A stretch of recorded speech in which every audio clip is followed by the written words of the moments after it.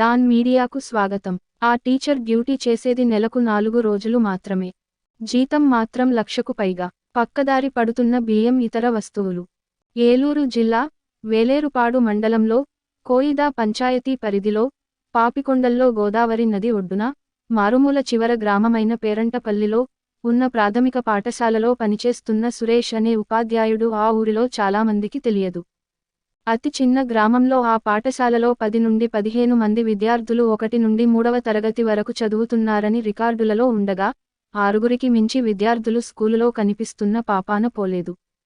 సదరు ఉపాధ్యాయుడు మాత్రం చాలా దూర ప్రాంతంలో నివాసం ఉంటూ వారానికి ఒకసారి మాత్రమే బడికి వచ్చి వెళ్తుంటారు. ఆయన మాత్రం లక్షల్లో జీతాన్ని నెలనెలా తీసుకుంటూ కేవలం నెలకు 3,000 రూపాయల చొప్పున గిరిజన యువతకు ఇచ్చి ఆమెతో పాఠాలు చెప్పిస్తున్నాడు. అతను ఉపాధ్యాయ సంఘం నాయకుడునని చెప్పుకుంటూ పేరంటపల్లిలో విధులకు మాత్రం సక్రమంగా హాజరు కావడం లేదు.